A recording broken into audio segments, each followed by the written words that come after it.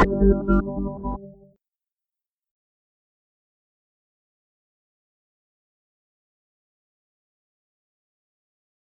everyone. It's been a bit of a gap, but we are back with another edition of On the Record.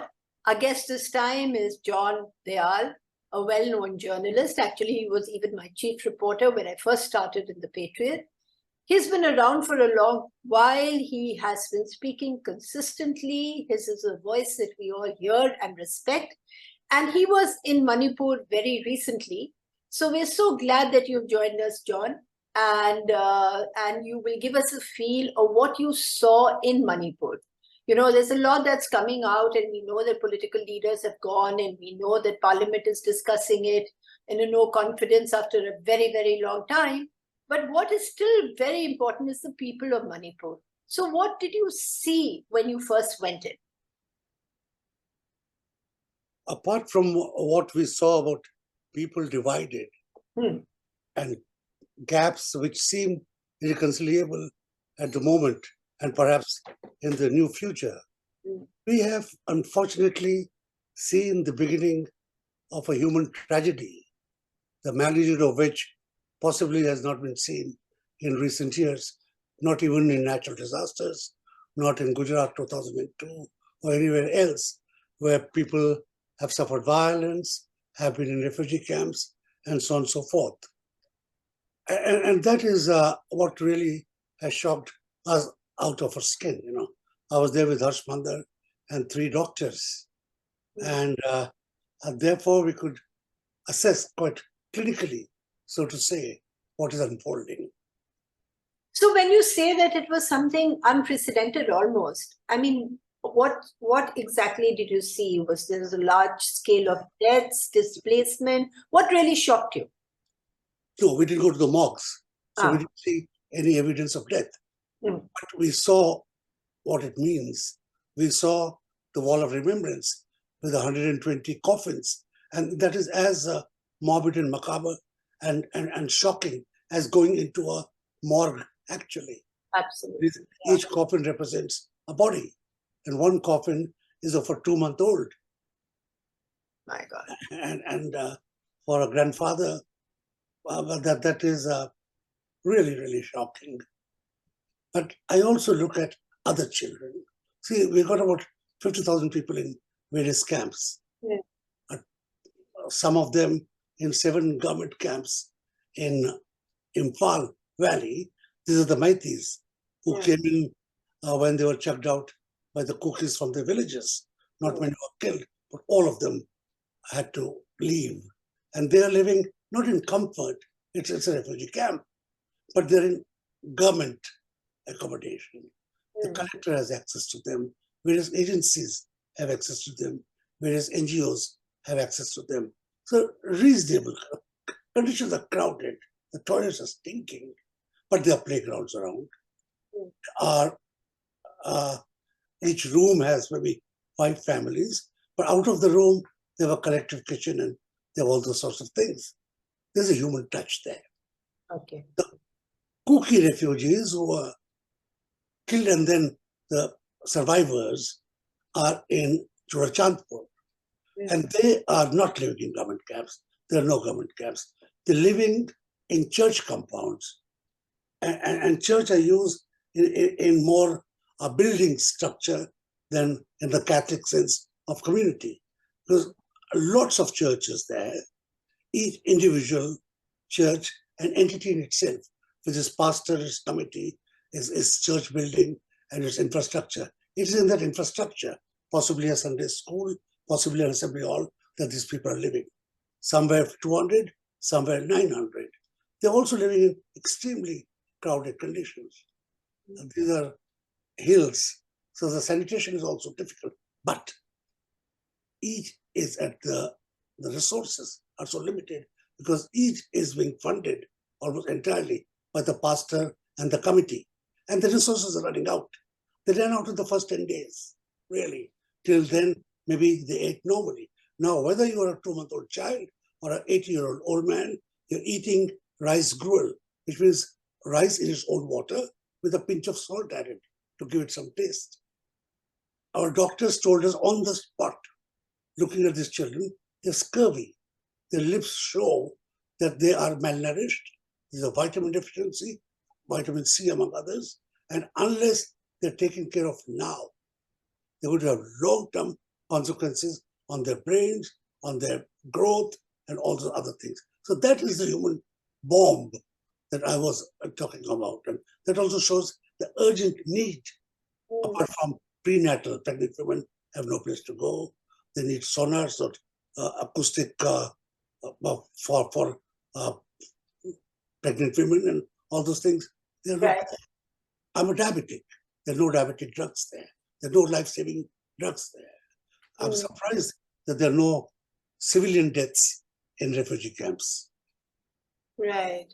Did you also get a sense about, of course, the terrible video of the women, and subsequently, even political parties have said it, even on the floor of the parliament, I've heard that there was a widespread, or at least not widespread, but there has been crimes, sexual crimes against women. So did you get a sense of that as well while you were there? There were stories of rapine in the valley. Okay. We were different from other groups in that we spent quite a long time in Imphal also, in all the 7 refugee camps almost, I could say. There were 6 of them. So we could talk to a lot of women. They spoke of the pain of leaving their houses, of their villages burnt and threatened. And one woman showed her father who had a bullet wound in his leg. A bullet escaped fast. There were no stories of rape or molestation. So, the Kuki women spoke of it. And this viral video is of Kuki women. Yes, absolutely. So this, this kind of despair, but why I'm asking you, because as a journalist, you've been in the field, and there's a lot of reportage that we are seeing, which might not always be correct and is not correct. Did you feel a bigger sense of anger amongst the people, or more despair, and a realization on both sides that they become pawns in a bigger game? People in despair are angry, but they're also frustrated in that they're overwhelmed, they're apart, they're minorities, they're surrounded by forces that whose size they don't know, and they're worried sick. Because here, I would like to tell you, this whole community, and it's at par with what Muslims suffer elsewhere, demonization. No cookie, whether he's a child or he's the head of the human rights organization there, or a former retired Red Cross officer, or the head of the women's organizations, or a former chief minister. Not one of them talks of cookie Zos without this longer appellation. Chin, cookie, narco, terrorist has been welded into one word, which replaces any description of the cookie Zos as we talk normally. Nobody normally says, well, you only hear of it when you talk of another Pakistan or something of that sort, say in Gujarat or even in Delhi, so close to where I live. And that demonization is what really scares the cookies, because they see it as a conspiracy of almost Old Testament proportions to expel them from their homeland. Some may have come in the last 5 years or 10 years or 20 years, or even yesterday, but a large number of them have been there forever. As long as the Nagas have been there, as long as the Metis have been there, as long as I and Mr. Modi have been in New Delhi. So they're there. And now they think that this is being used as a crowbar to pry them out, to get them out entirely from their mountain ranges. And where will they go? They can't go to Burma. Why should they go? So, we've been seeing protests in Delhi, and then, of course, voices coming out from Manipur that they want a separate state. But at the same time, there are some attempts that we hear about, of course, by civil society, not by the administration, of bringing in about peace or reconciliation and some level of talks. So which sentiment at the moment is actually holding sway, and are the peace talks at all serious? The government's dissolution of Article 370 in Kashmir and breaking up that state into 2 union territories has changed the vocabulary of not being part of Manipur state. They would be quite happy, they say, at one stage, if just they have a tribal council for the region. This is what the 10 BJP MLAs are saying. They'd be quite happy to say if they are a union territory. I have not heard talks of saying that we want out of the system, that we want to have a separate state or we want to go out of the Indian Union. And I think that is an important part. Yes. They are in the Indian Union. They want to be here. And that's why you're calling them aliens, like Right. Muslims in Assam, Bengali Muslims. Here are people who want to be Indians, and you're saying they are not Indians, and you're looking for people to define them as non-Indians. And I think that is terrible. I would like to think here that there's a larger sensitivity in the two armed forces that are in really keeping these two warring tribal groups apart, the BSF and the army. They're showing a sensitivity to the human issues involved, and far more humane than the Manipur police or whatever. You know, as anybody who has gone from Imphal to Churachandpur, there's 7 barricades. 7 barricades. The first barricade, as I've narrated often, is of the Maiti women who are guarded by armed Maiti boys, and they're quite vicious. They're doing a job much better than passport control in New Delhi or at the Pakistan border. The second is of the Manipur police. It's also very hostile, even to outsiders. Then comes the CRPF, then comes the BSF, then comes the Assam Rifles, then comes the Indian Army. And the Indian Army, the Assam Rifles, and the BSF are armed for war. Body armor, shielded vehicles, Bren guns, machine guns, mortar guns. So they're armed for war. I'm very happy that they are, so that they can, because now the Maitis have been robbing armories like nobody's business. And I use the word robbing in a facetious term because they've been given arms by the Manipur opens its armory and they take. Otherwise, who can rob an armory? This is not Chittagong, and those are not Kalpana Joshi. So I'm laughing, but I should not. The Kukis also have guns. Apart from all hill people having a gun to kill a hare or whatever for food, now they're buying guns from I don't know where, maybe from the Maitis themselves, or from any of those smugglers to save their families. And they're saying we would rather spend money on a gun than on medicines because if it comes to life saving, this is more immediate. And that is also very frightening because arming a civilian population, which was civilian, apart from underground, like all northeastern states, the peaceful civilians were very, very peaceful people and a beautiful people they are. So life has really come to a standstill. You don't have schools, all the jobs are gone. You know, it's a neglected area. We all know Northeast has been always neglected by all governments over the last 70 years. But now you find that there's complete hopelessness staring them in the face because now you don't even have your homes, you don't have a future, you don't have a tomorrow, you don't know what you're going to do. If you are still in your own house in Churachandpur, what about the 50,000 or so Kukis that have come from the place and are living there? Where will they be rehabilitated? Right. Where will they be rehabilitated? There's no place in the hills. That's why they went to the valley to work and to live in other areas. Where will you find land for them? Can you guarantee that if you rehouse them in the places they were, that they will be safe forever? Or if you house them in new areas in the hills, who will guarantee jobs there? I've seen government housing in Kandamar, for instance. In Gujarat, government refused to do anything. It left it to religious organization. But in Kandamar, the government tried to set up a colony in a wilderness, but there were no jobs.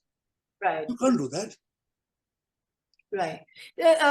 To go back to two things you've touched upon, John, and I just want you to elaborate. One is, of course, you've just spoken about the army, and it is very interesting, because in years of covering the Northeast, we'd always found that the people in different parts, not necessarily only in Manipur, But they have always had some problems and some issues at times with the Indian army. But this time, the Indian army is something that the cookies are saying, please don't let them go. They are here. They're saving us.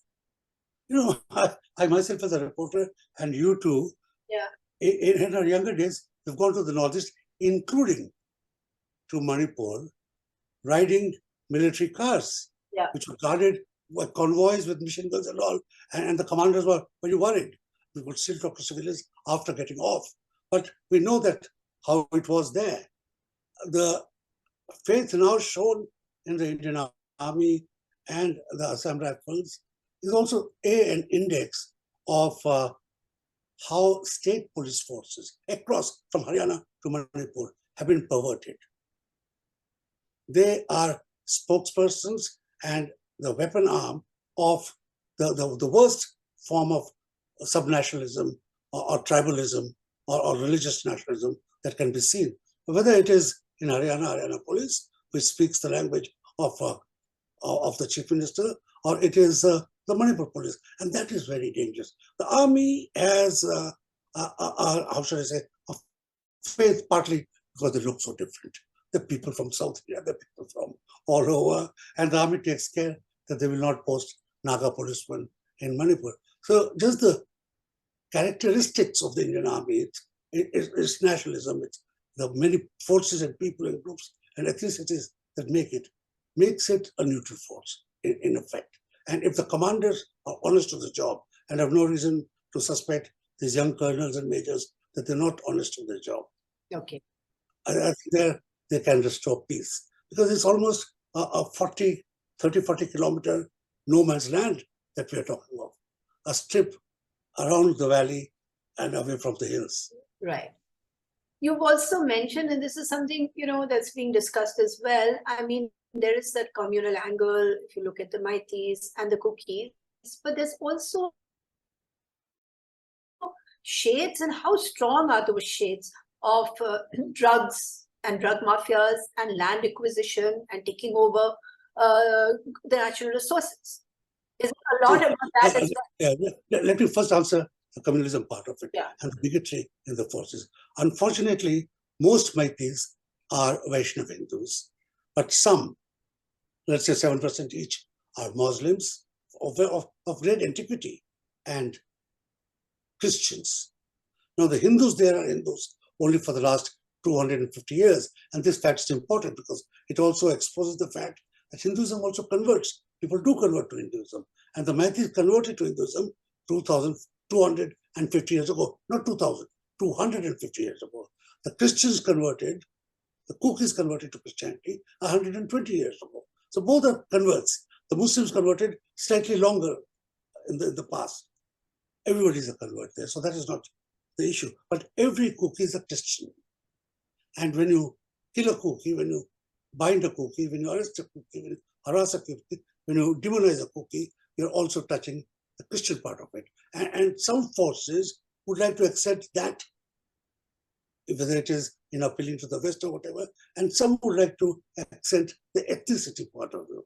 I mean, both are, this is an onion layer. You can't peel a Manipuri into his defining layers. They are one. But essentially the core issue is ethnicity and the bigotry arising from it. I mean, because the Nagas are also Christians. And at the moment, they are neutral. They're tribals and they're neutral. But they are more entrenched, politically more powerful. Right. Possibly militarily, the underground is more powerful. The Kukis are more vulnerable. Now you come to the poppy growth, the opium trade. No Kuki I have met, whether it's a pastor or a young boy, denies that poppy is grown in the distant hills between India and Burma. They grow poppy after they've grown whatever rice they can in the Jhum cultivation. It's marginal, by the way, cultivation there. But they don't distill, they don't refine. There are no factories, no cotton industry, no houses that convert poppy seed, opium, poppy shells into opiates, into opium. They don't refine it into drugs. They don't refine it into morphine for medical uses. It's just shipped from there to wherever it has gone, including, everybody says, to Imphal. The drug lords, that nobody could name, even Manipur government could not name a Kuki drug lord. The Kukis can name many drug lords in Imphal and in New Delhi. Right, right. And what about land? After all, every time it always sort of boils down to land. No, that is fictitious. Okay. Kukis live in the hills, Nagas live in the hills, Metis live in the plains. Okay. That's simple. Ethnicity in the constitution, when you define who's an indigenous person, you define him in context of his land. A tribal, whether it's Adivasi or a Santal or whatever, is in his land. Santal or Bhil is not a scheduled tribe in Delhi. Delhi has no tribes of its own, so they have no privileges here. The privileges are because they're tied to an area, tied to a land, and that's how scheduled tribes are described. Right. In the valley, as any valley in the Gangetic Plains, is rich. Its soil is rich. You can't dig iron there, but the crops come there. It is a prosperous place, which is why the Metis lived there in antiquity. They lived, they populated the valley because it was the best place to be, pushing and shoving everybody else onto the hills. The hills have jhum cultivation. They have to slash and burn. They're not forming terraces as in UP and Uttarakhand and Himachal. They do a jhum and they go on, and every 3 years. Secondly, because of the jhum cultivation and the system of relationships, all the land in Churachandpur and other Cook areas are owned by the chiefs, as they call it. Okay. Governed by the council of chiefs. So a farmer, apart from his house, doesn't own the land he's tilling. He borrows it or rents it from the chief for 3 years, jhums it, grows rice, and then moves on. And the land reverts to the chiefs. So all the land is owned by the chiefs, none by the common people, only the house they live in. And in the house, because of the system of traditional law, the eldest son gets the house, the younger sons on adulthood move out and buy land and do that or rent land or whatever. So John, while you were there, I mean, the media hasn't been playing a great role in any part of our country anymore. So what did you find about the local media? Have they been a little bit more factual, or they've also been spreading lies and playing to the galleries, as it were? The local media in Churachandpur is no word of mouth, and occasionally fact-finding report like this. It says the inevitable split, documents on state-sponsored ethnic cleansing in Manipur in 2023, and is compiled and published by the Zomi Students Federation and the Kuki Students Organization. It is so far the most detailed publication from there. The valley has its traditional newspapers. I've got a copy of one somewhere, and it is as bigoted as it's a voice. It calls the Kukis enemies, calls them outsiders, it calls them aliens. It uses language which the press council and the Editors Guild should investigate, if I may say so. Right. So for a last question, John, are you going to leave this interview with a ray of hope? Do you think that there is a coming together? Is it going to be too Herculean an effort? Or is it something that's just going to fester and play out into the rest of the Northeast region? I semi-retired from journalism to be able to do work which gives me hope, not just reporting tragedies. Yeah. I intend to go back soon to Manipur, hopefully with a convoy of baby food and a convoy of drugs for life-saving issues, things like insulin and other things which are in short supply. Okay. I am sure that the people are very resilient people. They have been in Burma. Their brothers have been fighting a war with the military junta for decades. They live in forests and they're used to. They fought and defeated the British at one time. They are brave people and nice people, and they will bounce back. How Right. far, my worry is about the refugees. Where will they be housed? In what condition? What is the trauma relief? Colleagues of ours are working on trauma relief. Whole groups of people will soon go, at least from the church, in counseling women who have suffered sexual violence or family or lost a dear one, and old people and other people, and little children who also need counseling, by the way, and see Right. what we can do. The political solution will take time. The government has so far shown no political wisdom. I hope wisdom will dawn on them, and a call has been made for people to come to talks.